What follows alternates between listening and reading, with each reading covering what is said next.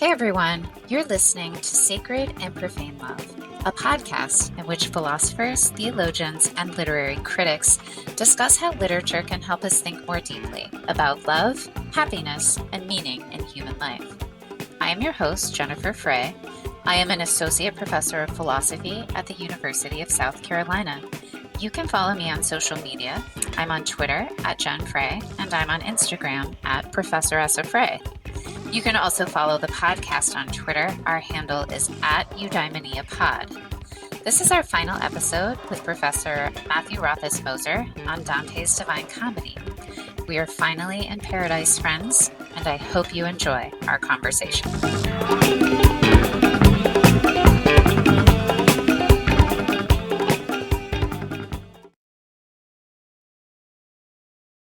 Okay, welcome back, everyone, to another episode of Sacred and Profane Love. We are back for our final round of Dante with Professor Matthew Rothaus Moser from Pacific Azusa. Welcome to the podcast, Matt. Good to be here. Third time's the charm, right? And now, finally, we are in paradise, which is exciting, but also somewhat confusing at certain points. That's exactly right.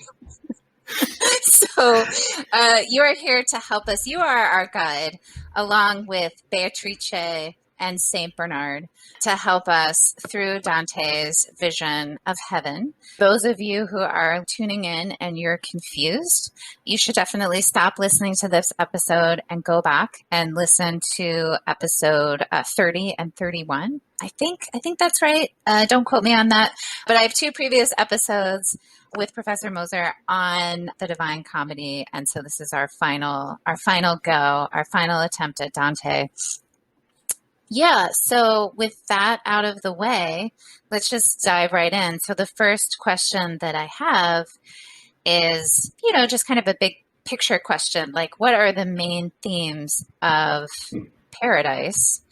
And I guess I would invite you to answer that question in line with how we treated it in previous episodes. So, for example, it sort of seemed like the main theme of Inferno is that sin is ugly. And the main theme of Purgatory was that, sin wounds us and we need to be healed, but that healing can be very painful, but in a transformative way. But we are through hell and purgatory now and in paradise. So what is the main theme of Paradise?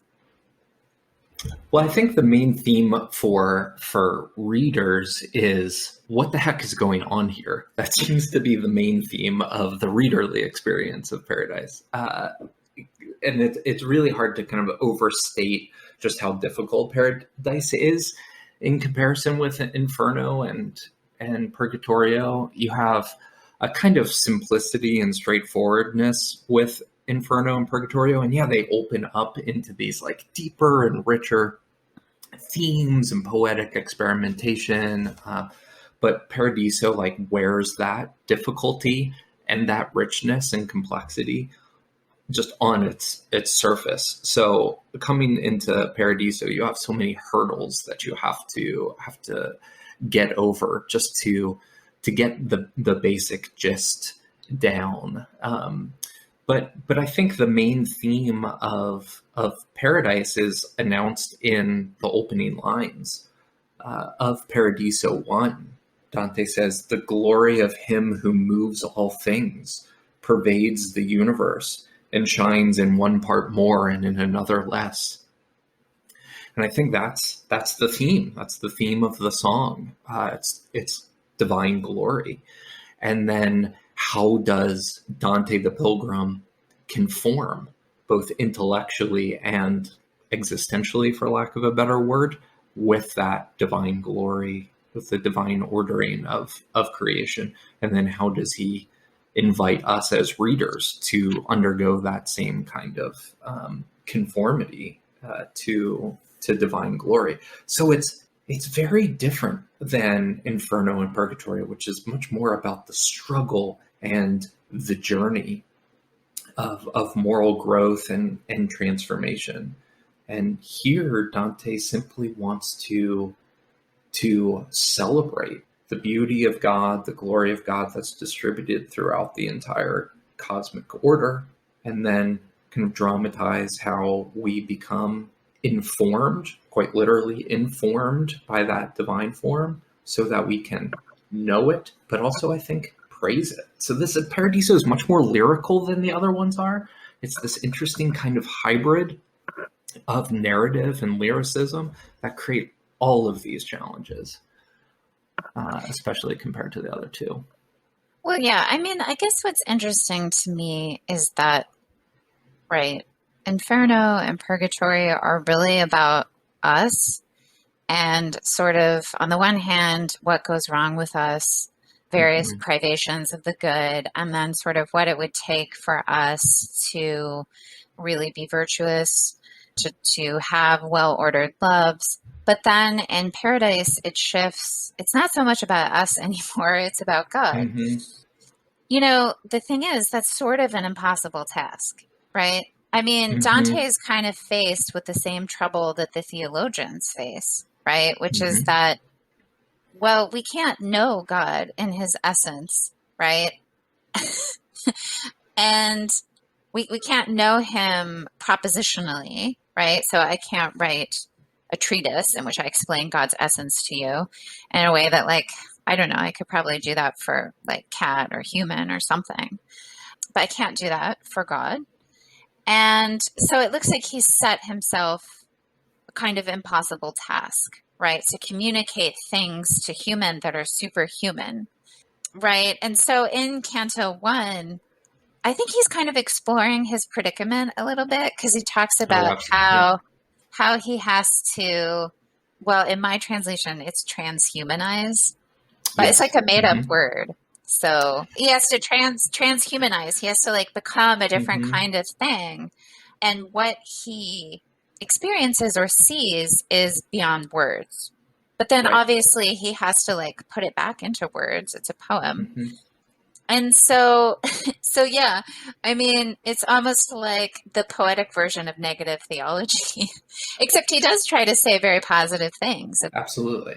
Yeah. So, I mean, how? Yeah. Well, I think there's a lot going on in the first canto of Paradiso, and that kind of build up to that transhumanized language. I mean, this is one of the challenges that Dante has in Paradiso, and a lot of people have taken it up since. How do you make goodness and perfection interesting and not boring? And so much of what Dante has to do in Paradise is that I think makes the goodness of his project so interesting and so fascinating is he has to, as a poet, as an artist, he has to stretch language in a way that he hasn't had to before. I think the closest we've come to Dante kind of coming up against the limits of his poetic ability is when he sees Satan at the end of Inferno, and he has this kind of ineffability topos where he says, I can't even put into words just how grisly and awful the sight of the lowest ring of hell is. But that's just one canto in Inferno. And here it's 33 cantos where he's having to stretch language so far. And I think what's so interesting about Paradiso is how he maps his need to stretch language and stretch concept and stretch understanding with the kind of ongoing formation of his identity, his person as the pilgrim. That there's this equal or this reciprocal relationship between his character growth and the conformity of his mind and his vision and his poetic tact. And so there's this great symmetry between Dante the pilgrim and Dante the poet. It's really here in Paradiso that you see those two kind of finally coming together. In Inferno and Purgatorio, there's been a distance, a gap between the poet and the pilgrim, and here we see them finally coming together. And it starts even earlier in Canto 1, where he shifts from invoking the muses like he does at the beginning of Inferno and Purgatorio, to now he also invokes Apollo. He needs both of the mountains in classical mythology. So he needs not just the muses of poetry, but he actually needs the god of poetry, who, of course, in his kind of context, Apollo is a kind of pagan image of Christ. So he's recruiting more resources. And then he does this. He invokes the mythic story of Marsyas in lines 19 and following. He invokes Apollo, and then he says, "Enter my breast and breathe in me, as when you drew Marsyas out from the sheathing of his limbs. O holy power, if you but lend me of yourself enough that I may show the mere shadow of the blessed kingdom stamped within my mind." And he goes on. And that story is the story of Marsyas, who challenges Apollo to, I don't know, like a battle of the bands, essentially. And Apollo flays him alive for his presumption. Like, he pulls him out of his skin. And this is an image of poetic inspiration, that now Marsyas his skin is the kind of perfect vessel for Apollo, the god of poetry, to infuse and quite literally inspire. And that's the image that Dante starts off the Paradiso with, is him being pulled out of his skin, this kind of ecstasy, so that he can be a kind of perfect vessel for the god, not just the muses of poetry, but the god to actually speak through. It's a really fascinating and deeply disturbing image to start off this kind of sacred poem with. Yeah, I mean, it's interesting. I mean, on the one hand, it's a classic Dante move, because he wants to take like some classical myth or story and Christianize it. But on the other hand, I think it makes sense that he would want to draw on something that, you know, so vividly brings out the fact that he has to get outside of himself, that he has to maybe even in a way leave all earthly things behind, right? Including Absolutely. flesh, that now we're really in a spiritual realm, but also this idea that he has to become like a vessel, right, to receive grace, because it kind of seems to me like one of the main themes of this poem is the extent to which what we are able to see is dependent on our ability to receive grace. I mean, the emphasis on receptivity in this, I mean, is really, I hesitate even to say emphasis, because it's almost like the whole thing at this point is about being filled up or receiving, right, God. And that kind of, I mean, I was sort of thinking as I was looking over this, again, you know, in terms of preparing for this podcast, thinking about, well, you know, in some sense, the poem still has to be about us, just because of the reasons that I've already stated. Like, he can't actually write a poem about the essence of God. Absolutely. He can't And the moment he tries to, the poem ends. Yeah, exactly. It would be a bad poem anyway. So in some sense, it's still about us. And I think maybe something that I'm like sort of trying to settle on is the idea that it's about what it's like for us to rest in the good, right? So not to deviate from it or to struggle to possess it, but to just rest in it, to dwell in it, to possess it, right? Yeah. Where again, it's just a receptive thing at that point, right?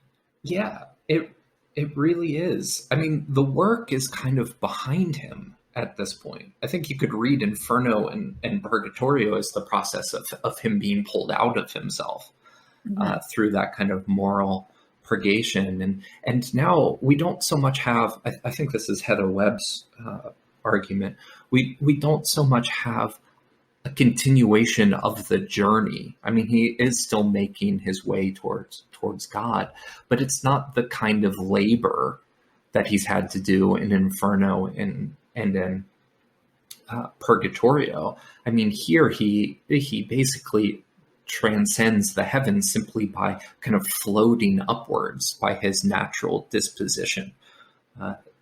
Each movement from one heaven to the next heaven often involves him looking in Beatrice's eyes and being kind of transported by her divine beauty, or God's beauty shining through her.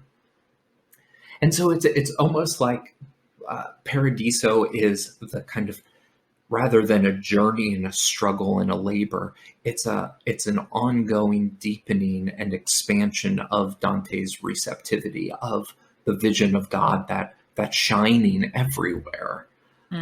In the heavens, but his vision has to be made ready.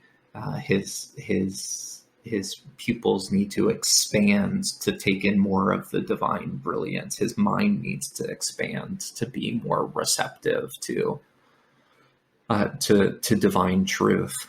So I think that's absolutely part of the theological and philosophical agenda of this poem. And a lot of that's going to involve this transformation, right? This transhumanize that you mentioned there. It's this great image where Dante looks at Beatrice, and it's the first time that he's looking at Beatrice in all of Paradiso. And Beatrice isn't looking back at him. She's looking up towards the heaven of heavens where God dwells, right? The Empyrean. And by looking at her, he invokes another kind of mythic story of Glaucus, who eats this, I don't know, magical seaweed. I don't quite understand it. And he becomes a part of the divine. He becomes one with the divinities. He becomes consort to the gods. And that's the effect that Dante has looking at Beatrice. He becomes, in some sense, right there, a consort of the gods, that is, the communion of saints. Even though he won't see the communion of saints in its fullness until much later, he's already being made ready in the first canto to be united with those people who are united to God. And it's fascinating that it happens when he looks at Beatrice. It's this anagogical quality of beauty that's so important to Paradiso, right? Beauty isn't something that's just kind of sentimental, but it is something that elevates our minds and our vision and our desires, ordering them to God. Beauty makes us receptive to God in a lot of ways. Okay. Yeah, good. So, because I was going to ask about beauty, but you just went there. So thank you. But how can you explain theologically why he thinks that beauty plays this role of bringing us up to God? How does beauty serve in the economy of divine intimacy?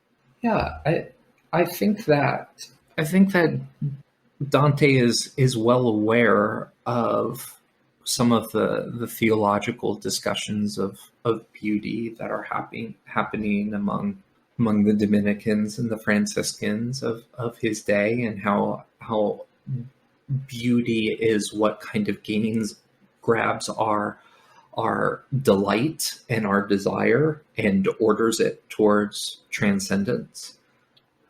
One of the final people that Dante encounters in Paradiso is Bernard of Clairvaux, and Bernard has this treatise called On Consideration, which is all about this kind of contemplative vision of the ordering of the heavens, and how the beauty and the symmetry of the heavens and of creation image and, in a sense, kind of perform the God's will and God's intentional, beautiful, harmonious ordering of creation. And so as we gaze upon created beauty, that is where the human contemplative eye and the divine contemplative eye kind of meet. So Dante's been doing it the whole time. Since he arrived in Purgatorio, he would talk about the stars as wheeling around us, that's meant to draw our attention and gaze us upwards. That's why the Inferno, being underground, is such a horror, because it cuts people off from the possibility of beauty, the possibility of this anagogical looking upwards towards God. And I think Dante is adding to, building on some of these theological considerations of beauty, and he's really stretching them, as his interest in poetry, and obviously the beauty of poetry, but also his past as a love poet. I think he's really trying to take themes of desire and beauty and contemplation and the praise of the beloved, and we see him purifying and elevating those poetic tropes theologically and spiritually throughout Paradiso. So romantic lyric, erotic lyric gets kind of reordered through Beatrice towards God.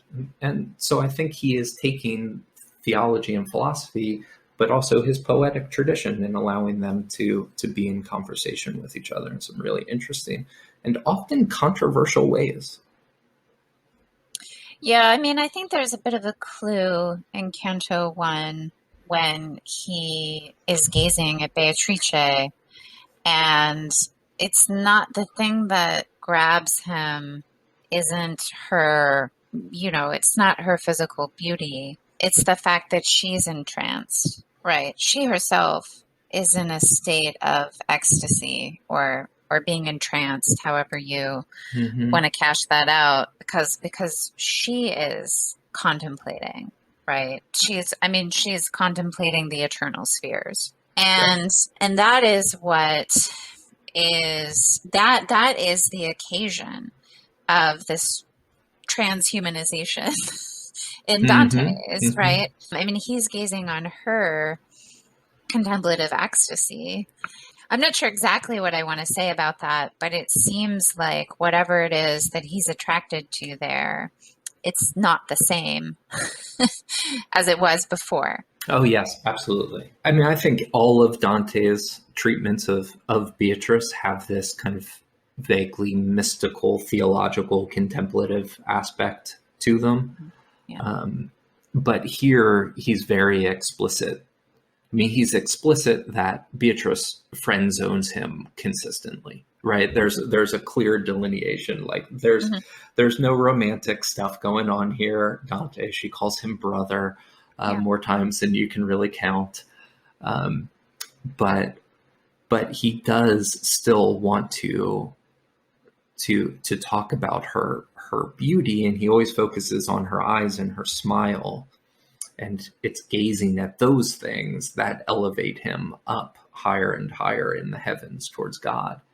And that's an idea that's you can find that in Dante's philosophical text, the Convivio, the banquet, where he talks about the eyes and the smile being the balcony of the soul, and the smile being, I think this is a line in Paradiso, the coruscation of the soul's delight.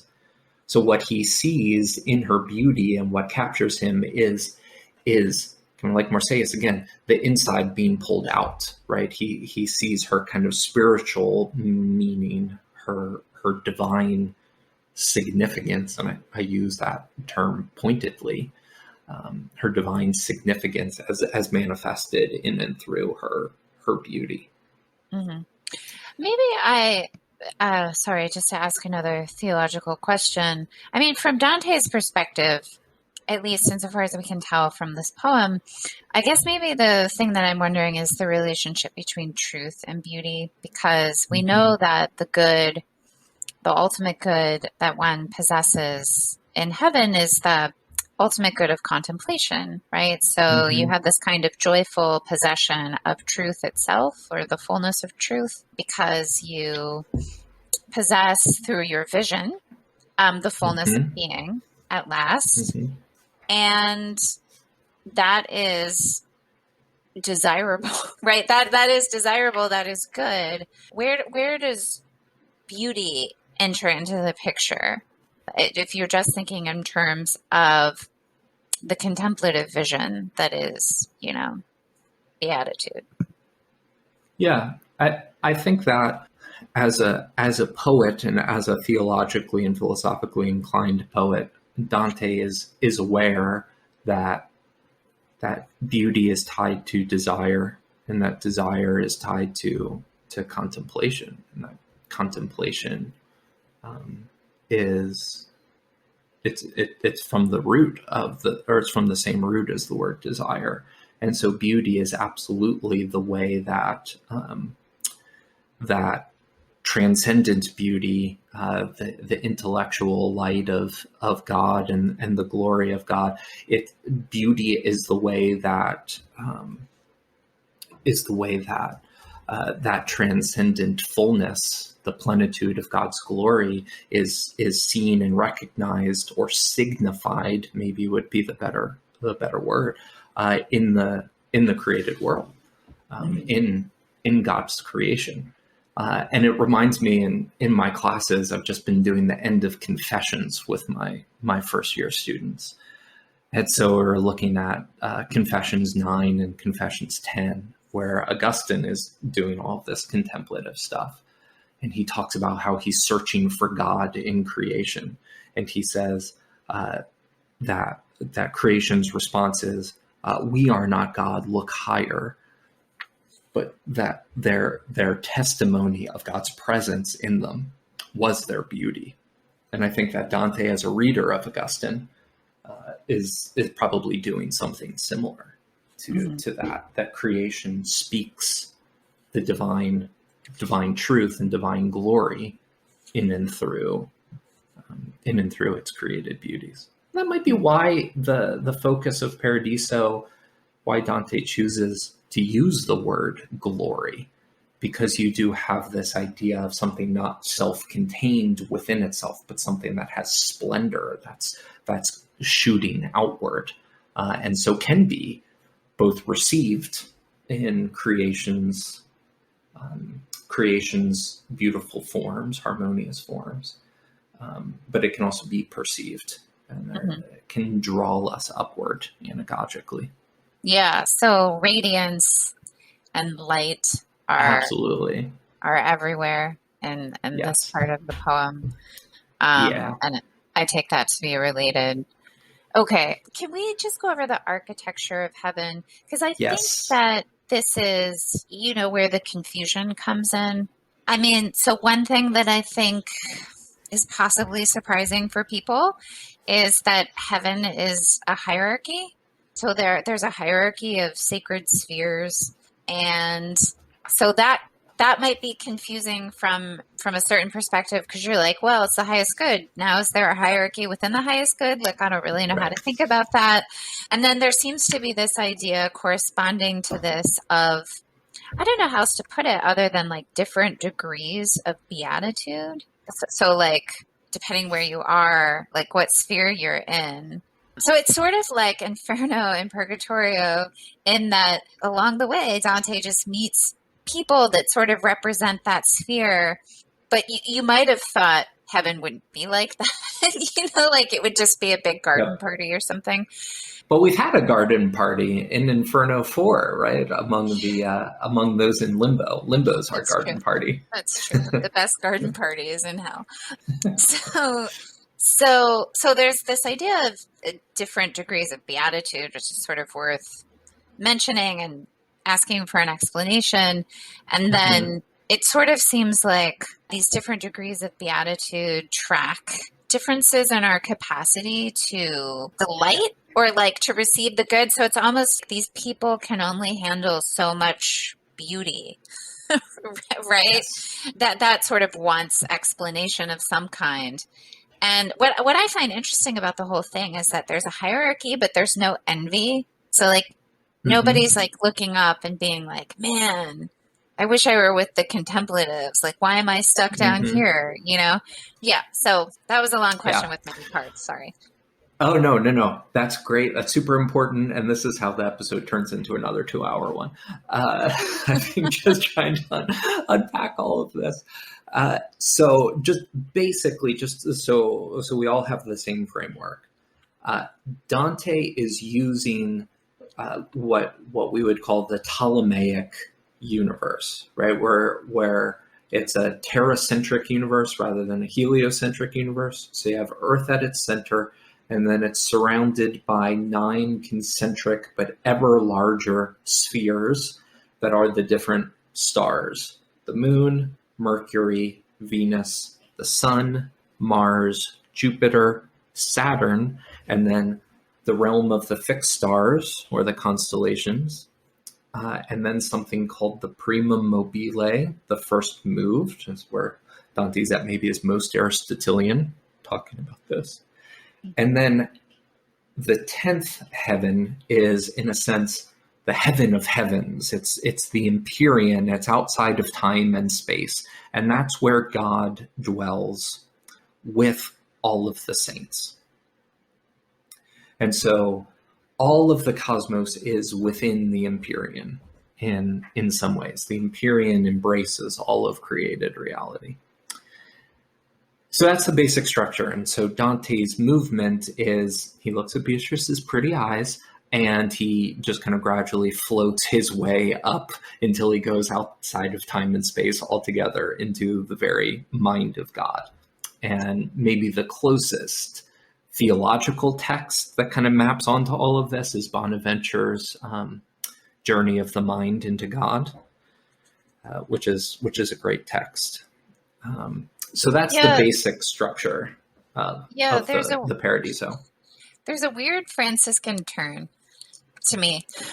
By the Yes. time you get to Paradise, I'm like, what's all this Franciscan stuff in here?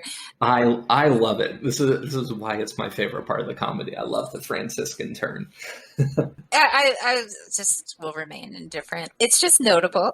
It's noteworthy. I know the controversial statement I just made. But but then also, like, for every sphere there is like a hierarchy of angels, so you've got the Yep. angels and the archangels and the principalities and the powers and the virtues and the dominions and the thrones and the cherubim and the seraphim. I take it the Yes. seraphim are in the Empyrean. Yes. No. I think that they are associated with the primum mobile. Oh, okay.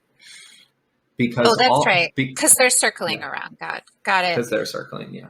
Right. So the whole idea is that Dante's cosmos, all of the spheres are moving, and the closer they get to the Empyrean, the faster they're moving. So you almost have to kind of read Dante's cosmos backwards. The prima mobile that we'll get to last is actually the beginning of creation. It's where time and creation kind of begin, and it's spinning around. I like to think of Dante's vision of the cosmos as like a happy dog that's spinning around with joy when you get home from a long vacation. Just the whole cosmos is spinning with delight, and the closer you get to Earth, the more sluggish the heavenly spheres are.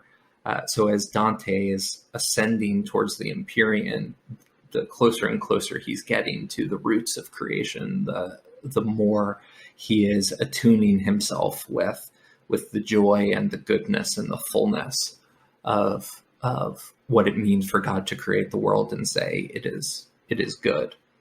Well, aren't they also spheres because circular motion is perfect? Yes. For Aristotle? Yes. Yeah, because Yes. it's like always complete in itself. It's right. not like developing or on the way, but is I don't know. It's telos is always realized or something. Yeah, and that's why Paradiso is a better mirror to Inferno, which has the rings. Mm-hmm. rather than Purgatorio, which is this kind of spiral upward up the mountain. Yeah. It's like the long slog. Yeah. Yes. Yeah, exactly.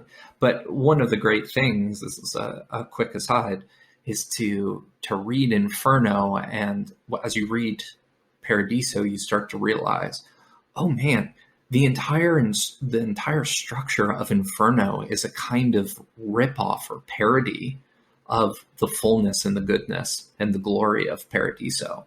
Yeah. Right. So even the rings and the frozen lake at the bottom of hell is this Augustinian inverse of but it has Paradiso. To be. It has to be. Yeah, absolutely. Yeah, because the only thing that evil can be, right, is a piss poor imitation of the good. Yes, and I think that's the technical theological language of it, is piss poor. Yes, exactly. Yeah. So Dante's cosmos, this is where Dante gets very confusing, because of the hierarchy question that you asked. Because as Dante goes through these different realms, he meets people who are fittingly or appropriately showing up where they do. So the first person Dante meets in Paradise is a nun named Baccarda, who's my favorite character in all of the comedy. Why is she your favorite? What? Yeah, why? Her theology is what I aspire my theology to be. As somebody whose personal vice is envy, the fact that she's not envious and she can say, in God's will is our peace, I aspire to be able to say that in any kind of truthful way. So yeah, that's why she's my favorite. But Baccarda shows up on the moon because Baccarda broke her vows as a nun. So there's something inconstant about her character, and so of course she shows up in the moon, which is inconstant. I think I heard that in Romeo or Juliet somewhere. One of the things that Dante's encounter with Baccarda forces him to ask, this is in Canto 4, is he asks Beatrice, or Beatrice reads his mind and says, you want to know if Plato is right and if every soul returns to their star when they die. And Beatrice says, no, they don't. Everybody that you will see in the first 29 cantos of Paradiso, they all reside with God in the Empyrean. So heaven isn't a hierarchy, but they appear for your sake, Dante, because you're still this kind of ignorant guy, and you can't take the full, like we can't automatically go from Purgatorio to the Empyrean. We have to be initiated into this truth. And so the souls appear to Dante in regions that are fitting, and this is another way that beauty comes into it. The fittingness or the conveniencia of Baccarda showing up where she does is because the inconstancy of the moon fits with the inconstancy of her soul.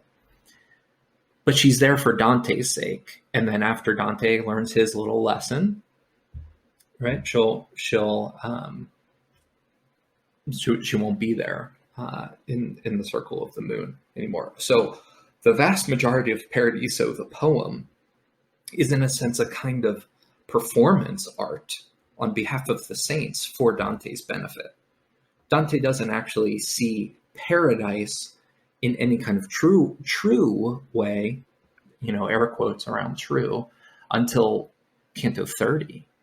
And then it's when he's in the Empyrean and he sees this is where all of the souls are, and they're arranged in this celestial rows in a kind of stadium that is open up to the contemplative enjoyment of God. And so that's one of the really hard things about reading Paradise is you have to remember, okay, these people are showing up to talk to Dante for Dante's benefit. Where they're showing up is appropriate to them, but they're not it's not like hell. They're not assigned to these spheres eternally. Mm-hmm. They are all in the immediate presence of God, outside of time and space. Okay, so when we talk about this notion of fittingness, right? Yeah, So it's not just, so it's instrumental for Dante, and that's important, absolutely. but it's not just instrumental. It really is fitting with the way things are, that it It's should not be, arbitrary. that it should be, well, lots of instrumental things aren't arbitrary, but what I'm trying to say is that it's also fitting that the people are experiencing the sort of beatitude they're experiencing. So, Mhm. unless I misunderstand you, in which case, please correct me. No, I think that's right. So, we still have the idea of different degrees of beatitude, right? Because it really is fitting to her that she have this vision, right? Mhm. And that these other people have this different vision. I mean, in reality, they're all in the Empyrean, Right. but they're, maybe another way of putting it is like the beatific vision isn't the same for everyone. It's true for Dante. Yeah. Yeah. And not to invoke another Franciscan on the podcast, It's but okay. Just Bonaventure. invoke them all. Yeah. Okay, all right. Bonaventure, no one partakes of God in the absolute sense, but all partake of God absolutely in respect of themselves. Yeah. So Picarda is perfected as Picarda, Mm-hmm. but Picarda is not Mary. And Right. that's part of both the mystery, but also the beauty and the glory of God's creation as Dante sees it. So Right. Picarda's capacity is perfectly realized, but her capacity is going to be different from another soul's. Yeah. So I find this so interesting because, I mean, I find it interesting on the level of philosophy. I also find it interesting theologically, but just on the level of philosophy, it's like, we know that the classical view is that our ability to live well and enjoy the good depends on our vision, right? And Yes. we can have clouded vision. We cannot see things that we should see. And so, huge part of what it is to grow in the moral life is to come to have a proper vision of things, right? Of things, of other Yes. people, what's really worthy of your attention, etc. But it's interesting to think that this is still determinative, even in paradise, right? Right. Because there it's like your capacity to see and delight in God is still dependent on your capacity to receive him. Right. And some people just have a greater capacity for that good than others. Yeah. It's worth thinking about that for a long time. It is. And recalling our previous conversation, I have found that it's this question where I have the most trouble as a teacher between Catholic readers and Protestant readers of Dante. Oh, really? Is this idea of created capacities. This is far more difficult than, hey, do we need purgation after we die? It's this question. And I don't really have a point with that comment other than just to note it. I find this to be one of the hardest pills for my Protestant and evangelical students to swallow with Dante. What is there? It's so counter. It's just because they don't have the theology of grace that kind of habituates you into thinking of potence. What's the hindrance for them? I do think some of it is perhaps a fairly flat reading of the priesthood of all believers, and in their minds that kind of becomes a clear statement of, oh, we all basically have the same calling to God. So very much a kind of rallying point of Reformation theology. That might be part of it, but part of it might simply be because they're catechized into a very American democratic ideal, even in their spirituality, even in their religiosity. Yeah. And this is a deeply undemocratic vision that Dante has here. And so my strategy is, you don't have to agree with Dante, but let him destabilize some of your categories a bit. Just let him make you a little uncomfortable. And then we look at Dante's question to Piccarda in Canto 3. I mean, he gets how hard this is, and he says, "Wouldn't you rather be higher up?"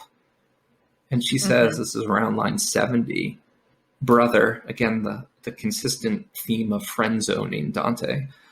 "Brother, the power of love subdues our will so that we long only for what we have and thirst for nothing else. If we desired to be more exalted, our desires would be discordant with God's will, which assigns us to this place.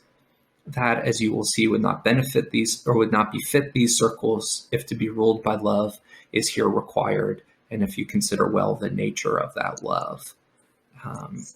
Therefore, our rank from height to height throughout this kingdom pleases all the kingdom, as it delights the king who wills us to his will, and in his will is our peace." Yeah, I mean, I can understand just a philosophical confusion about that. So, like, so if you read Aquinas on, I mean, he has discussions of the beatific vision in different places, but one of them is in the so-called treatise on happiness, which is in the Prima Secundae, like question 1 through 5, I think. And he basically says, this is like Aquinas trying to argue that only God can be our happiness, and it could be no created thing. And so basically he's like, okay, so you have intellect and will, and so you have this capacity, you have these capacities that reach out into the infinite. And so no created thing can like fully satisfy these rational capacities, right? It would have to only sort of being itself, right, or truth itself, and only goodness itself could satisfy a creature with intellect and will. So the whole argument is like based on this idea that because you have certain capacities, you have certain yearnings or longings, which can only be satisfied by God. So anything that falls short of God, right, is going to leave you dissatisfied. So now if I think about this Piccarda, right, she's in a sense like you'd want to say, well, she's not fully satisfied, right? So it's like she doesn't thirst more, but there's more there for her to thirst for or something. So you might just feel intellectually confused at that point. But if you sort of switch from that framework to thinking about other times when Aquinas is talking about beatific vision in the context of his discussion of charity, which he calls friendship with God, I mean, it's sort of easier to understand how some people can be like more intimately united to God than other people. That's sort of natural, but it's also sometimes hard for me to fit those two together. I think that I don't know that Dante sees a tension there, because of just his understanding of finitude and creation. He seems quite comfortable with the idea that we are brought into existence with a kind of spiritual particularity of capacity, and that is part of both the mystery of divine will, but it's also part of the mystery of the relationship between the infinite and the finite. God could not create anything that is finite that could have an infinite capacity, because then it would exceed finitude. And I think that Dante is quite it is much more concerned with, in his Paradiso, much more concerned with, let's make sure that we depict people at peace, people at rest, people who are satisfied, whose capacity can't fit one more drop of the divine glory. They are full, and so their needs are satisfied, right? They no longer they're not lacking anything within them, and that's part of the beauty of the created order for Dante. And of course, okay, so there the idea is like, this is just as intimate with God as it gets for me, right? Absolutely, and so right. I'm satisfied, but there are people for whom a deeper intimacy is fitting, right? And so they would not be satisfied at my level, but like, I'm satisfied with this. Today is an exciting new day at Sacred and Profane Love because we have our first ever sponsor, the Classical Learning Test. Some of you may already be familiar with what the Classical Learning Test is doing, but if you're not familiar, I want to tell you about it because I think it's pretty amazing. The Classical Learning Test is challenging the College Board. The College Board is the so-called not-for-profit that owns the AP exams, the PSAT, and of course the SAT. And it's an alternative assessment. The reality is that standardized testing drives curriculum. What gets taught gets tested. The College Board focuses on bland informational texts, while the Classical Learning Text puts your student in front of the authors that we love and promote here at Sacred and Profane Love. For example, in their author bank, you will find Dante and also Flannery O'Connor, among many others. If you have a son or daughter that is in the 10th or 11th grade, they can register for the June 19th Classical Learning Test, and they can take it from home via remote proctoring, so you don't have to drive them to a testing site. They will get their score back within a week, and then they can send those scores to more than 200 partner colleges, and they can also send their scores to colleges that the CLT is not currently partnered with, for example, Harvard, but who will also consider the CLT as a supplemental part of the application. So I will hope that you will check out the Classical Learning Test. You can find them online at cltexam.com. And I should also say that the CLT runs their own podcast, which I listen to regularly. And they also have an amazing podcast that I listen to regularly called Anchored. So this brings me into my next question, which is my next question about the architecture of heaven. So you have gone, the spheres and how they correspond to the Ptolemaic, universe. But then I don't think we've talked about who's in them. So on the moon, we have the breaker of vows. Yes. On Mercury, being constant. Yes. Yeah. On Mercury, we have the lovers of glory. On Venus, we just have lovers. On the sun, we have theologians. And then above them are the martyrs and the crusaders. Above them are the righteous rulers. Then above them are the contemplatives.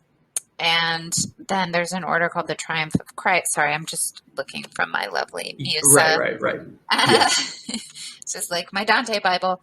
Then the Triumph of Christ, and then the 9 orders of angels. So I guess one of my questions is just, why does the hierarchy fall out this way? Because like I'm so confused. Like, why the theologians are where they are, for example.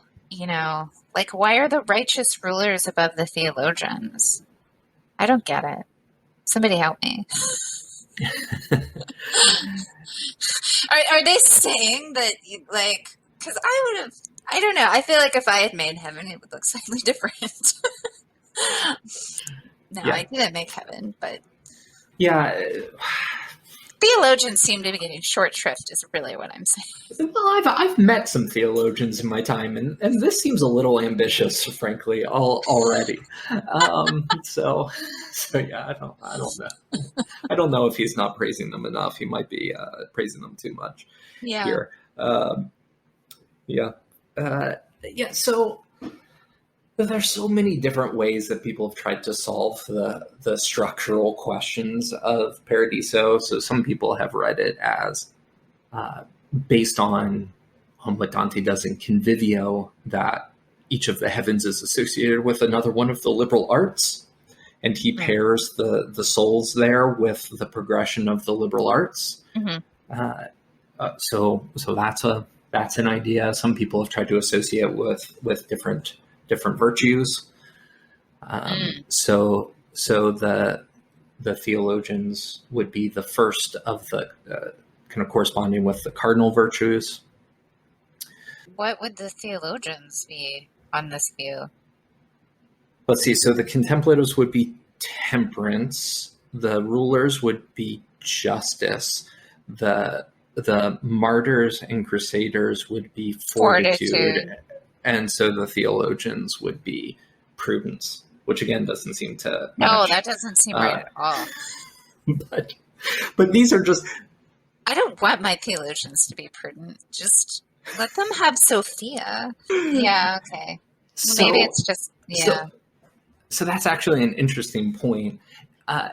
I think my read of why the theologians are where they are is that I see the circle of the sun and the theologians or the sages as almost like another, like it's crossing a threshold into the post-solar heavens, right? So there's, in Dante's kind of medieval mind, like the heavens that are beneath the sun still have the shadow of the earth on them, and then you get to the sun, and beyond that you get into a kind of I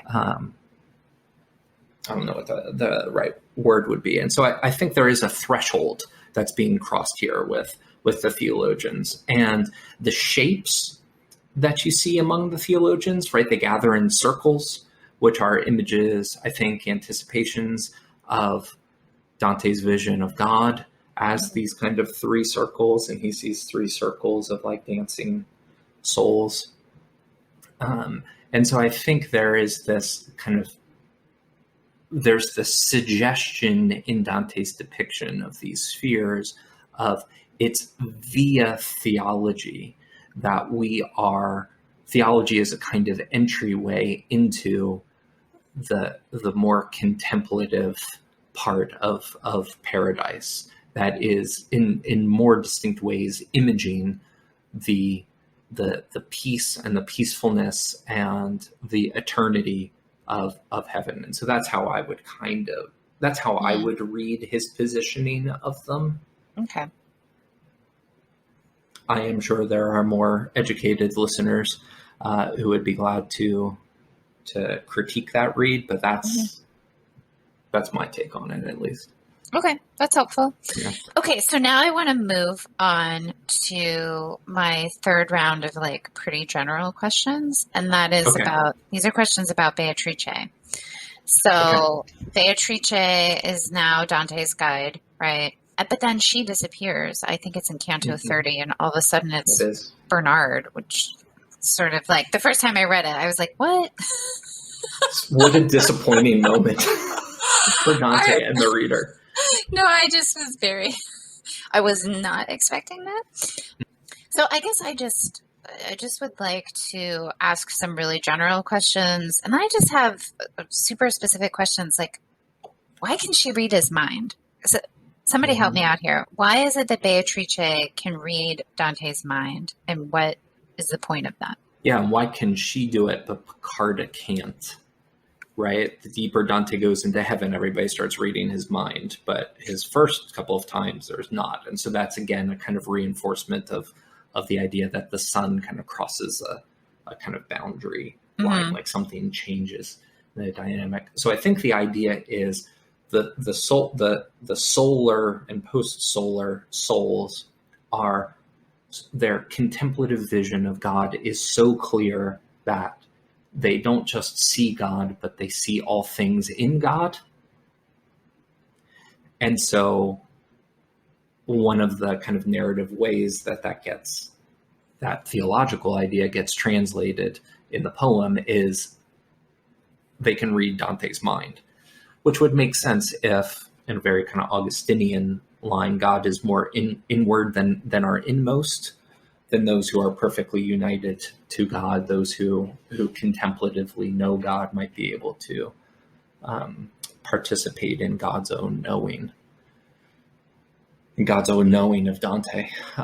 So that might be something of what he's doing there. But it's a poem, and there might also just be an aspect of Dante being like, well, this would be cool and different, so let's do this. Yeah.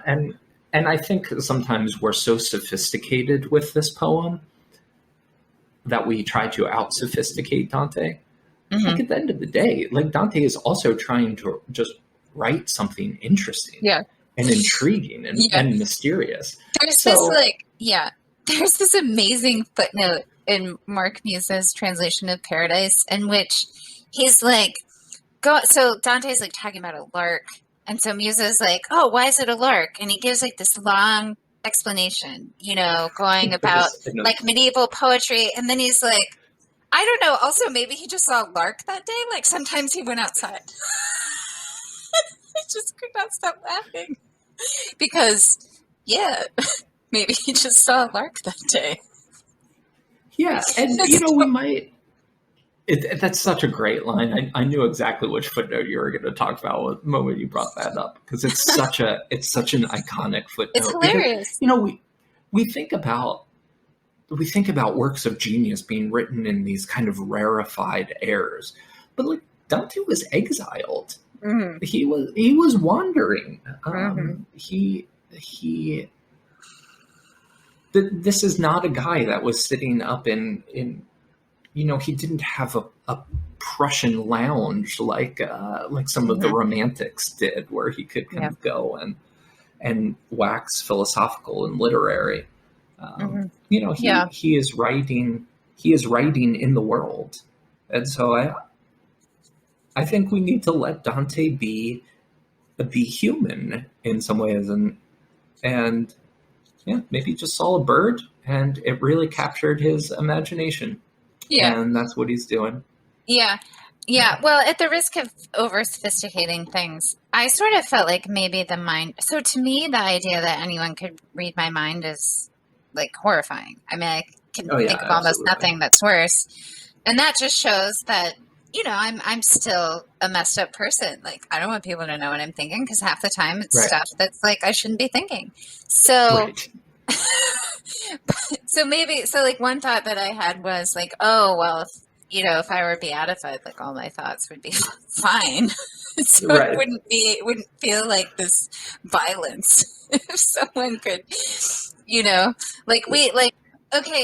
so maybe the idea is just that, oh, hey, like we could have this much deeper intimacy if we all weren't like bad people anymore. That was one thought. But again, that could be over sophistication. Well, there's this consistent theme in Paradiso, where it's not just about intimacy with God, it's about the intimacy of the communion of saints. And when Dante is talking to Falco, I think, in Canto 9, so this is among the lovers of love, Dante is again kind of pushing beyond the limits of language by just making up words, and Falco takes this kind of erotic imagery of intimacy and is talking about, if I innued as much as God in need, right? There's this kind of intimacy and this proximity that maybe is being depicted in the ability of reading minds. It's this image of the intimacy of all souls with each other within the intimacy of God. Right, which maybe is only really possible, in a much better condition than we could possibly hope for here. Oh, absolutely. Okay, so Yeah, I guess I just wanted you to say something about how Beatrice has changed at this point, just like a general sense. Well, a lot of people don't like Beatrice in Paradiso. I heard one person, one person, one scholar kind of quipped that there's this attitude about Beatrice that she is Thomas Aquinas in drag, that her, which is so insulting and demeaning That's a very to strange sentiment. it's very strange, and it's so profoundly wrong, Yeah. on top of being strange. But there's just this kind of idea that her role is as teacher and as scholar. And so basically what she does is she just kind of educates Dante throughout the entire thing, which I find just a profoundly reductive way of reading her. All of her role is bound up in she has been moved by love to bring Dante to God, and that bringing Dante to God is going to involve kind of moral formation of Dante's character, the end of Purgatorio, the intellectual formation of Dante's mind and his understanding, which we see here, but also the formation of his affections, right? I think this is one of the reasons why she keeps calling him brother. It's like, Dante, your kind of eroticism that runs through your early poetry, it doesn't have to be left behind, but it has to be transformed and transcended so that it can be a kind of affect and effectual desire for Beatrice as a sign pointing to God. And I think so much of that is seen in all of the weird things that Dante does with Beatrice in numbers. From very early on, he associates her with the number 9. She is mentioned by name in the entirety of the comedy. Let's see, 63 times, because 6 plus 3 equals 9. 9, of course, is 3 plus 3, 33. She's this image of Christ. And so he's always trying to kind of wrap her up as how Christ comes to him, and how through Beatrice, Christ is at work on Dante in these kind of formative roles. And so I think Dante is really kind of configuring Beatrice as a kind of archetypal depiction of the Christian, of the little Christ. It's so to just kind of say, oh, she's just the kind of dogmatist is, I think, to miss out on everything that Dante's trying to say about her. Yeah. Have you read McInerney's book on Dante and the Virgin? Mm-hmm. Yeah. So do you disagree with him then? Because he sort of seems to see Beatrice not as pointing to Christ as she is to Mary, and sort of her role in, by the time you get to Paradise, as more sort of motherly. Yeah. Do you think that goes wrong? I don't read it that way. I think Mary is present enough, especially in Paradiso, like she's physically present. In Canto 23, she's invoked repeatedly. She's present again, and it's Mary with which the final canto of the poem begins. So I don't think that Mary needs that. I don't think Mary needs Beatrice to play that role. Also, Dante only uses the word effigy or image to refer to Christ and Beatrice. So he links the two of them linguistically. And when Beatrice first shows up in Purgatorio 30, the angels and everybody, they say, blessed is the one who comes in the name of the Lord, about her. So, I mean, the Christological links to Beatrice, I think, are much more explicit than the Marian links. just in terms of the text itself. But there's this, her final farewell. She comes into the story in Purgatorio 30. She leaves the story in Paradiso 30. So of course you have 33 cantos where she's an active agent. There's another kind of Christological connection. But when she disappears, his final image of her, he sees her up in the celestial rose, kind of regained her seat, which is under Mary. So she is Marian in that sense. His final vision of her as she looks at him, smiles, right? There's that kind of final smile. And then she turns and she looks again up at God. And I'm like, well, that's the entirety of her character here in some way. You get the smile, the beauty, the beauty that draws Dante on. That is kind of the lore of Dante throughout the entire thing. Like we talked about last time in Purgatorio 27. Hey, you want to walk through this fiery wall? Beatrice is on the other side. And he dives on through. Yeah. But then what does she do? She turns and she looks to God. So the first image we have of Beatrice and the last image we have of Beatrice in Paradiso is this contemplative posture. And that's what Beatrice's beauty is to do. It's to draw Dante along and then turn his attention, signifying the divine beauty and glory that she's an image of. Yeah. So this idea that she's like some kind of scholastic, I don't know, Aquinas and drag or whatever. She's like a cipher. Yeah. It's totally bizarre. But there is this point in the poem where it's like Dante's invited by some saints to basically do like a disputed questions sort of thing, which is pretty wild.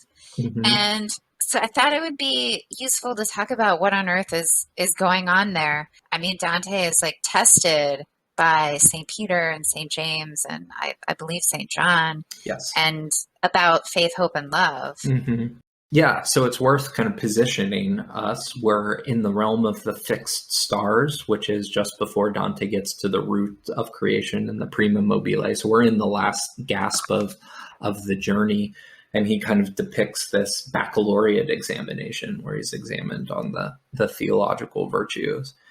And so he's examined by faith by Peter, hope by James, and love by John. And then he kind of tacks on an encounter with Adam after his exam on love with John, which is kind of interesting and strange. Yeah. But you would expect, okay, here we go. Dante, this is Dante. You get to prove everything that you've learned over the course of your journey. And that's kind of how Beatrice sets this up. She says in Canto 24, talking to Peter, test this man as you see fit on points both minor and essential about faith by which you walked upon the sea. Whether his love is just and just his hope and faith is not concealed from you because your sight can reach the place where all things are revealed. But since this realm elects its citizens by measure of true faith, it surely is his lot to speak of it that he may praise its glory. And so there's both this kind of examination, Dante, what have you learned? But it's done in the context of celebration too. Which, if you think about it, I remember my my PhD defense. It was both an examination, but it was an examination that was right through with, let's celebrate the work that you've accomplished here. Okay, but like, I don't really, like when somebody asks me to think of heaven, I don't think of a PhD examination. So fair. But that might be more of an indictment of PhD examinations than heaven. No, but seriously, I mean, you have this like scholastic ritual, and one wonders why this is necessary. One, because which doesn't really seem like fun, but two, it seems like the wrong kind of knowledge. Right. So I mean, like if you wanted to test my faith, hope, and love, like Mm-hmm. for heaven purposes, I wouldn't think a disputed question would be the way to do it. Right. So what? Yes, and I think that's right, and I think this is where Dante's Paradise is kind of showing how the closer he gets to God, the source of all created things, the more you get this kind of confluence of all forms of knowing. So you have this disputed question, Dante, what is faith? He gets kind of interrogated on some of his definitions, and then Peter says, okay, your answers are great. It's well measured, well examined, but do you possess it? Are you faithful? Are you hopeful? Are you loving? And so there's this movement from, do you have the right concepts of it, into, have you kind of configured your existence faithfully, Yeah. hopefully, and lovingly? And I like that Dante is holding those together, precisely because it's like, wait a minute, these seem like two different types of questions. And I think Dante would be like, well, yeah, obviously, duh, that's kind of the point, because the purpose of this disputation is wisdom, and the purpose of wisdom is taste. And not to get all Bonaventurian on you again, but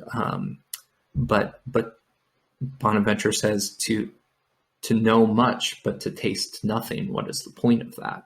And so I think Dante is showing that knowledge leads to love.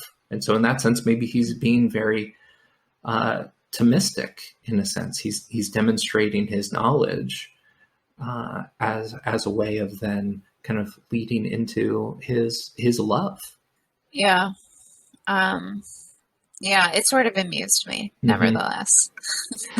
But this would, and it does kind of, I guess it's a little bit of grist for this person's mill that Beatrice is in this role of scholastic, schoolmarm or something.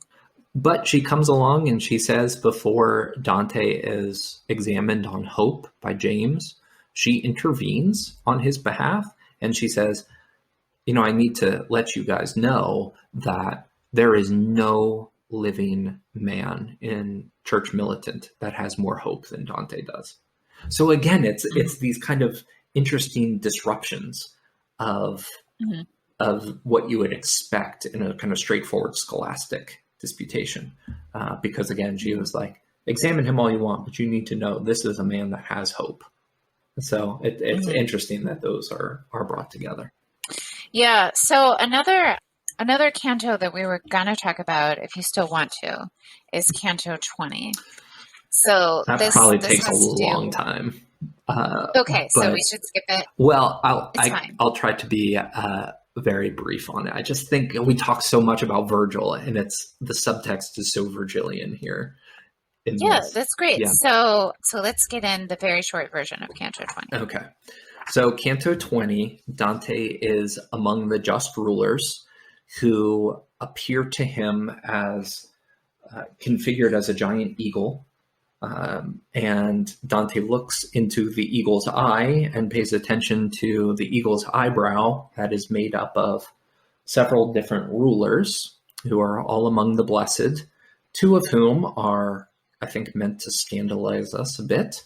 You have the virtuous pagan Trajan, and the virtuous pagan Rothaus. And these are two people that do not belong among David and Constantine, depending on how you want to read Constantine. And Dante is shocked by these two pagans being saved. And so you have this kind of extended discourse in Canto 19:20 on the question of the virtuous pagans. And of course, the subtext is Virgil. Where's Virgil? What hope does Virgil have to be saved? And that's explicit because Dante's reference to Rothaus comes from Virgil. Rothaus is a Trojan who is the most just, but the pagan gods, don't look upon his justice. And so when he's killed in the war, he dies, and as an enemy of the gods. So Virgil, very much the question here, but it's Trajan that I think is very, very interesting for Dante's project, at least as it bears on the question of the virtuous pagans. So Dante pulls on this folk story. Thomas Aquinas talks about this folk story too, where Trajan dies, and as a virtuous pagan, he goes down to limbo. And Pope Gregory the Great is so moved by Trajan's pagan sense of justice that he intercedes on God. He intercedes to God that God would raise Trajan from the dead, so that Gregory can baptize him and Trajan can be saved. Mm-hmm. And God does. Trajan is baptized, immediately dies again, and then doesn't go back to limbo, but goes directly into heaven. And mm-hmm. Dante the Pilgrim is completely shocked by this. And the giant space eagle says to Dante, the kingdom of heaven suffers violence from fervent love and living hope. These conquer the very will of God. Not as man may master man, but conquer it because it would be conquered. And once conquered, it conquers itself by its goodness. For from hell where no one may return to righteous will, this one came back into his bones, talking about Trajan, and this his reward for living hope, the living hope that furnished power to the prayers addressed to God to raise him from the dead, so that his will might find its moving force. Mm-hmm. And so you have this precedent being set where Gregory loves Virgil and admires his pagan virtue and prays and hopes for Virgil for Trajan, when Trajan couldn't hope for his own salvation because he's in hell, abandon hope, all ye enter here. And so what we have this person whose sense of love and mercy and hope have been so configured by Christ or to Christ that he prays and intercedes for Trajan, and God responds to his prayer, and Trajan is saved. And so the hope is that the same can be true for Virgil. I think Dante is he's not being prescriptive here. I think he's at least raising the question. Mm-hmm. Planting the seed. He is planting the seed. And I think there's also perhaps a kind of, because what follows this is his faith, hope, and love examination. And I think what Dante is perhaps posing is one, to us as readers, if we've been moved by people like Francesca, people like Ulysses, people like Ugolino, has our response been to pray for them, to intercede for them? Because that might be how God's eternal will for them and for their ultimate salvation translates into time and space through our prayers. And then what kind of person do we need to become in order to pray in accordance with God's will? People of faith, hope, and love. But then I can't remember who I heard this from, but it was really striking. They suggested maybe part of what the Divine Comedy is Dante's praise and prayer for Virgil translated into verse, which I think is it's just an interesting thought. And it's interesting to think about this masterpiece of world literature in such intimate friendship kind of language, to think about Dante actually loving Virgil and actually praying for Virgil. There's a kind of divine humanness in that, I think. Mm-hmm. Yeah. Okay. Last one. 33. The very end. So Yep. we haven't talked about why Beatrice gets replaced by Bernard. Okay, yeah, let's do that. Yeah, you want to talk about a disappointment. Dante's going to turn around and see beautiful Beatrice, coruscation of the soul's delight, and then it's this like old guy. Very disappointing Yeah. for him. Yeah. But interesting that when Dante is seeing these people in the Empyrean, he's seeing them in flesh. He's seeing them in bodies, not as lights, which is different. Right. Right. So a lot of people wonder why Bernard. Bernard wrote on contemplation. Bernard wrote on prayer, and the whole ending of Paradiso is kind of set up in terms of a prayer. But I think most of all, it's how deeply Marian Bernard is, and it's really Mary that is the architect of this entire journey. Because she's the one that sees Dante in the dark wood at the beginning, and it's to Mary that the final prayer of the comedy is offered, right? That she would ennoble Dante to be able to look into the face of God. And Dante talks about, I think this is in Canto 25, he talks about Mary as the fountain of hope for the church, and he talks about how as he's writing this poem, he's dedicating the poem, or is consecrating the poem day and night in prayer to Mary. So Mary really is the agent here of the entire Divine Comedy, which I think is significant. So that's my take on why it's Bernard. That kind of. Well, what is the significance of that? Is it sort of? I mean, there's a theology behind it, but I just wonder if we could make it explicit. The Marian aspect of it, you think? Or yeah, like why? Yeah, I mean, why is it really? Well, why is it so focused on Mary? I mean, I do think there's the personal aspect, Dante's Marian devotion. I think there's the theological virtue of hope that Mary embodies and sources to the church, right? Hope is really what Dante lacks at the beginning. It's what the Inferno lacks. And so it seems significant that Mary is in some ways, or the intercessions of Mary are play such a powerful role here. But I also think that there's something mystical going on here, right? Mary is the mother of the church, and so much of the imagery starting in Eden at the end of Purgatorio is of mothering imagery, and the return to childhood, and poetry becoming baby talk, and the longing of the souls. This is what the theologians say, that they long to be resurrected so that they can see their mamas again. So there's such a strong emphasis on that kind of move back to childhood and play and that kind of intimacy with mother. So those are all aspects, I think, of Mary.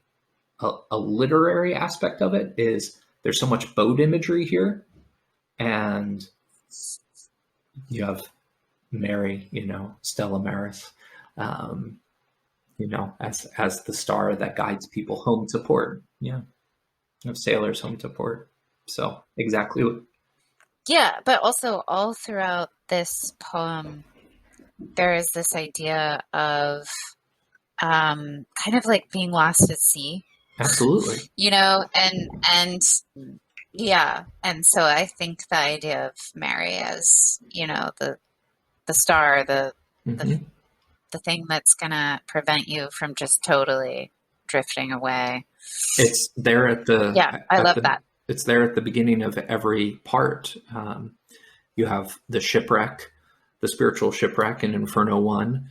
The beginning of Purgatorio 1, you have for better waters now, the little ship of my song raises its sails. And then at the beginning of Paradiso 2, you have Dante actually eschewing the Ulyssian ambition and just saying, my little ship of my poem is going into deep waters. Now be careful about following me. So absolutely, there's that boat imagery all the way through. Yeah. Mm-hmm. Okay, so we have the invocation of Mary, and that makes sense. Where does it end? So it ends with the beatific vision, which I always call the three visions of love for Dante. He looks into the light of God, and the deeper he stares into it, the deeper his vision kind of penetrates, and the image that he sees kind of shifts and changes. So the first thing he sees is the mystery of creation. He sees all creation as a book bound by love.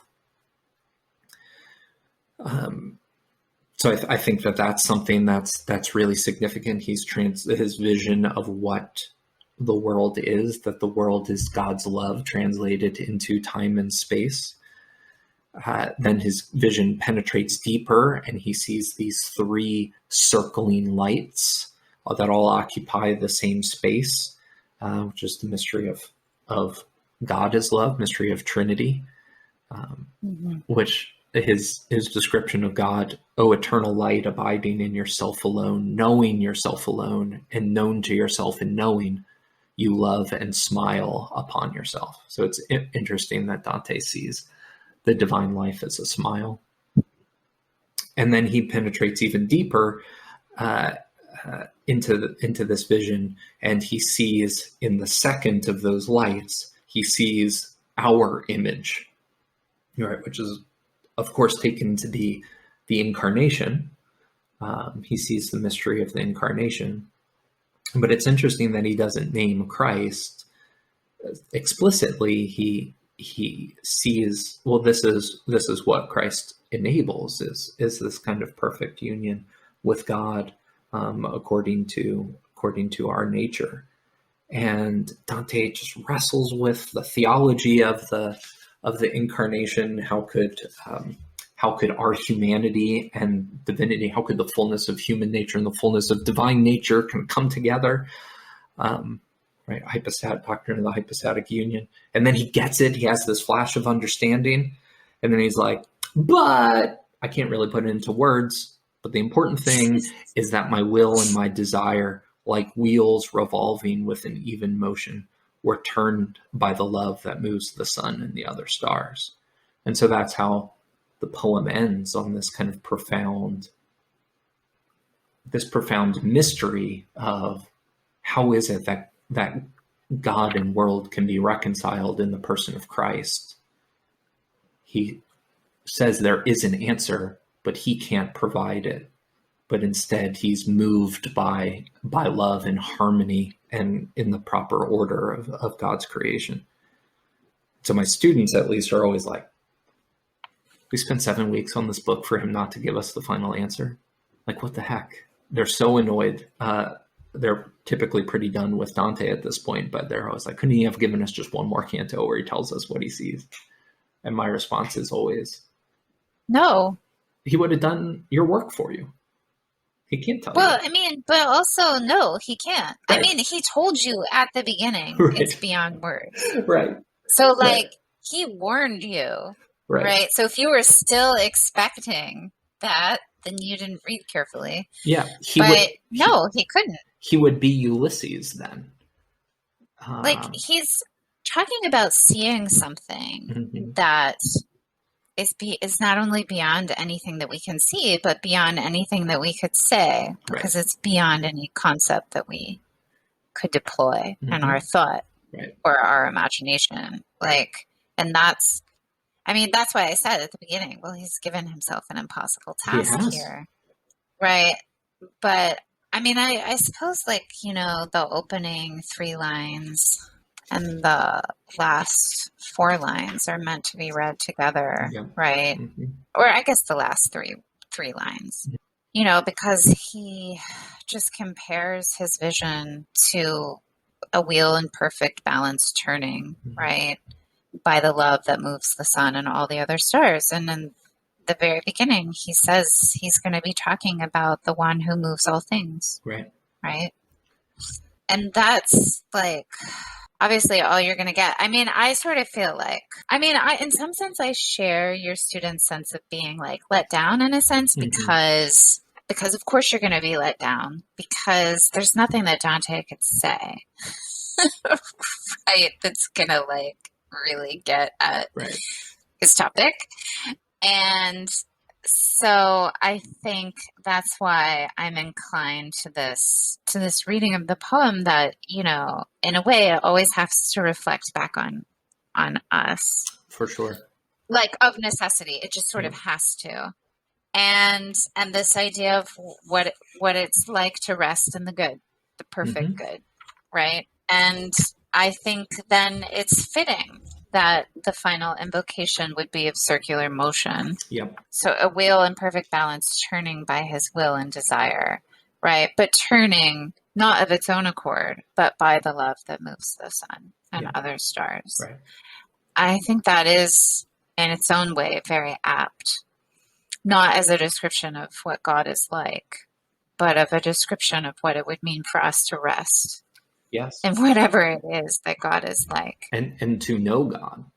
I think it's a great image of knowing God, that knowledge of God has this effect, this ordering effect to us. It brings us into this harmony and this music of all of creation, of what God's goodness looks like as part of created reality. Yeah. And I think to me, the thing that is really attractive, I guess, or really profound or important is just the idea that in the end, it's all about rest. In the end, it's all about delight, right? In the end, it's all about, it's not, you're not striving anymore. You're not working anymore, right? Right. That it's just delighting in what is perfectly good, perfectly, right? In this continual motion in which at every moment of the motion, it is perfected in itself, right? So there is no more progress. There is no more striving. There is only rest. And I think that's, I think that's worth like dwelling on, that like really what we're after is a kind of rest. Yes, absolutely. And very much, and that's very much an Augustinian note as well, right? Our hearts are restless until they rest in you. And the end of Confessions is God's own rest. Which I think is very fitting. What strikes me is that Dante doesn't get to rest, right? He has this vision. He has to go back and write the poem. Which is weird. It is weird. And even part of the prayer to Mary is, hey, preserve him in holiness. Yeah, don't let him fall. Yeah, right. It is. And it is kind of horrifying. Can you imagine? It would be such a bummer. Just the whole conceit of it. It's like, oh yeah, we've been to heaven, but see you later. Good luck. Right. We'll be praying for you. It's like, oh my goodness. But it reminds me of the first scene with Beatrice in Inferno 2, where Beatrice goes to Virgil and gets this whole party started by sending Virgil to Dante. And Virgil says, "What are you doing here?" And she says, "Love moved me and causes me to speak." And so I think we've been building up to this from the very opening of the poem. Dante now is moved by God, by the love that moves the sun and the other stars. And now he is compelled to speak. That is to speak in the verse of the poem, which I think is very interesting. Yes. Well, speaking of rest, I have one great line that I think would be a good way to end, if you don't mind. Okay. I don't mind at all. This is, I think, one of the best lines for reading the Divine Comedy. It comes from Peter Hawkins at Yale Divinity School. He says, "You have nothing to lose by coming to the comedy, except perhaps life as you have known it thus far." And that's how I always end my time with Dante, is kind of chewing on that quote and what would it mean Yeah. to read Dante in that way. I think it's true. And I would also just say for our listeners, it's the kind of poem that you should read more than once, for sure. And the great thing about a poem is that you don't have to read the whole thing in one sitting, right? Once you see the whole, you can go back to different parts and just sit with it. It's a great text, which means that it's always beneficial to go back for it.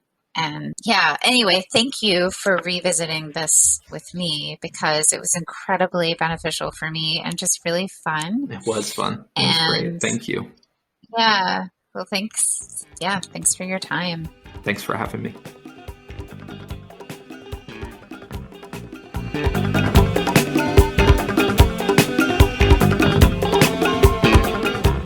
You have been listening to Sacred and Profane Love, a philosophy and theology podcast that is generously underwritten by the Institute of Human Ecology at the Catholic University of America and produced by Catholics for Hire, a group of young Catholic digital content freelancers. You can subscribe to the podcast on SoundCloud or iTunes, or find us on Spotify or over on the app Lyceum. And of course, you can also follow the podcast on social media. We're on Twitter at EudaimoniaPod, and we're also on Facebook at Sacred and Profane Love. If you enjoy this podcast, please leave us a positive review on iTunes, and also please consider supporting us on Patreon. Just go to www.patreon.com/eudaimoniapod to become a monthly patron. As always, I'd like to thank our most recent patrons for their generous support. My deepest gratitude goes to Brendan Allen, Carl Hoodgren, Albert Kai, Joaquin Vargas, Marjorie Cordman, Ken Wilson, Julian Speezy, Matthew Pierce, Matthew Dean, John Ayler, Jake Leonin, Kit Johnson, Arturo Adame, Chris Woods, Andrew Sands, Ian Benson, Tom Angier, Joel Kalina, Martin W., Simcha Lapp, David McIver, Daniel Cliven, Lisa Perkins, Bryce Azell, Mikhail Brockman, Ronald Ridgely, AJ Ravikandran, Matthew von Schultz, Suzanne M., Javier Mazarigos, Elizabeth Bristol, Julia Morris, Grant Scalf, Chris Hanaway, Mary Costanza, William Swee, Nuri Sikenen, Alan Efrig, Philip James, Tyler Van Wolven, Greg Stelmach, Colin Tolfelmeyer, Michaela Steiner, and Kyle Tyson. If I bungled your name, please forgive me. I am really grateful for your support. For our next episode, I will be joined by Morten Høj Jensen to talk about the greatest novel you haven't read, and that is Niels Luna by Jens Peter Jakobsen. Until then, friends, be well and keep reading.